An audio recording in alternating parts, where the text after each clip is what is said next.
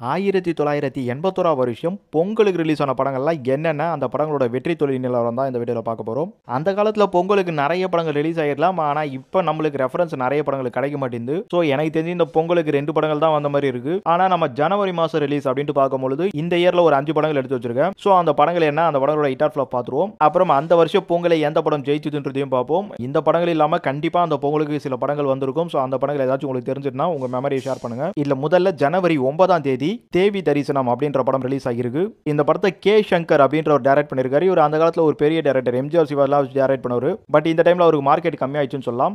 இது வந்து ஒரு சாமி படமா ரிலீஸ் ஆச்சு. அந்த பொங்கலுக்கு KR விஜயா, லதா, சரத்பாபு இந்த மாதிரி வந்து அப்ப டாப்ல இருக்க காஸ்ட் தான் வச்சு இந்த படம் எடுத்திருந்தாரு. இந்த தேவி தரிசனம் பாத்தீங்கன்னா அன்னைக்கு ரேஞ்சில ஒரு ஆவரேஜ் படமா அமைஞ்சிருக்கு. அடுத்ததா இந்த வருஷம் பொங்கலுக்கு கரெக்டா ஜனவரி 14ஆம் தேதி நம்ம கமல் நடிச்சிருந்த மீண்டும் கோகிலான்ற படம் ரிலீஸ் ஆகிருக்கு. மீண்டும் கோகிலா படத்துல கமல் ஸ்ரீதேவி காம்போ.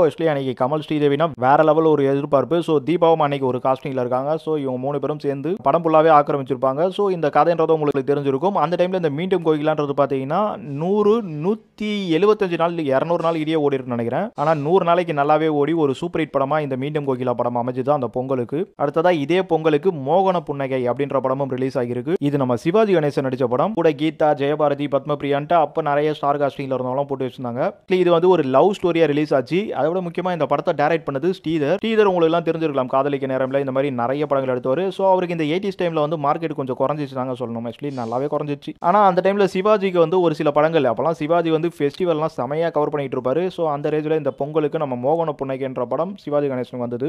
இந்த டைம்ல ஸ்ரீதர் படம்ன்றதெல்லாம் பாத்தீங்கன்னா ஒரு மாதிரியாவே ஆயிடுச்சுன்னு சொல்லலாம். பார்க்க போனா பாலச்சந்தர் படங்கள் மாதிரி தான் இருக்கும் ஸ்ரீதர் படங்கள்லாம் இந்த காலகட்டத்தில் எடுக்கும்போது. ஸோ அந்த மாதிரி தான் இந்த மோகன புன்னகையும் அமைஞ்சது. படம் யாராச்சும் கொஞ்சம் டிஃப்ரெண்டா பாலச்சந்தர் படம்லாம் பிடிச்சவங்க பார்க்கணும்னு நினைச்சீங்கன்னா அந்த படம் போய் பாருங்க. இவங்க இல்ல ஒரு காதல், இவங்க இல்ல ஒரு கிளைமேக்ஸ், இந்த மாதிரிலாம் சில விஷயங்கள் கொடுத்துருப்பாங்க. அதுல உங்களால நிறைய விமர்சனம் பண்ண முடியும்னு நினைக்கிறேன். இந்த படம் ரிவ்யூல கொஞ்சம் சுமாரா போனாலும் நம்ம தமிழ்நாடு பொறுத்த வரைக்கும் ஒரு ஆவரேஜ் பெர்ஃபார்மன்ஸ். ஆனா ஸ்ரீலங்கால நம்ம சிவாஜிக்கு அன்னைக்கு டைம்ல செம ஃபேன் ஃபாலோவர் இருந்தாங்க. ஸோ அங்க வந்து இந்த படம் ஒரு பெர்ஃபார்மன்ஸ் பண்ணிச்சுட்டே சொல்லலாம். இந்த பொங்கலுக்கு மோகன புன்னகை, மீண்டும் கோகிலா இந்த 2 படங்கள் தான் ரெஃபரன்ஸ் கிடைக்குது. இல்ல ஜெயிச்ச படம் யாருன்னு கேட்டீங்கன்னா கண்டிப்பா மீண்டும் கோகிலா தான். ஆனா இதே ஜனவரி மாசம் 1981 வருஷம் குடியரசை முன்னிட்டு ஜனவரி 23ஆம் தேதின்னு காட்டுது மௌன கீதங்கள் படம் ரிலீஸ் ஆகிருக்கு. நம்ம பாக்கியராஜ், சரிதாலாம் நடிச்சிருப்பாங்க.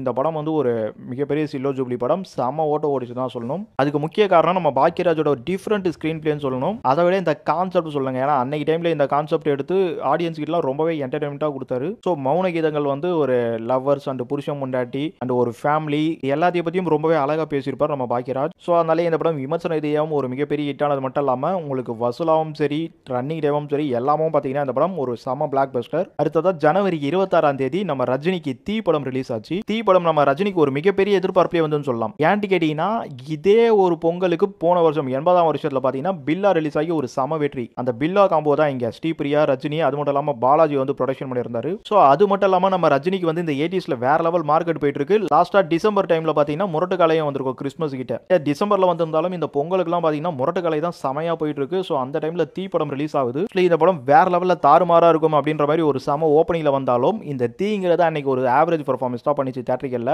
ஆனாலும் வந்து ஒரு எக்ஸ்பெக்டேஷன்ல வந்ததுனால ஒரு 100 நாள் கிட்ட வச்சு ஓட்டி இருப்பாங்க. ஆனா ஃபியூச்சர்ல இந்த தீங்கிறது பாத்தீங்கன்னா நிறைய பேருக்கு பிடிச்ச படமா இருந்தது. அன்னைக்கே பிடிச்ச படமா இருந்தாலும் இது ஒரு சின்ன அண்டர் ரேட்டட் படமாவே பிடிச்சுன்னு தான் சொல்லணும்.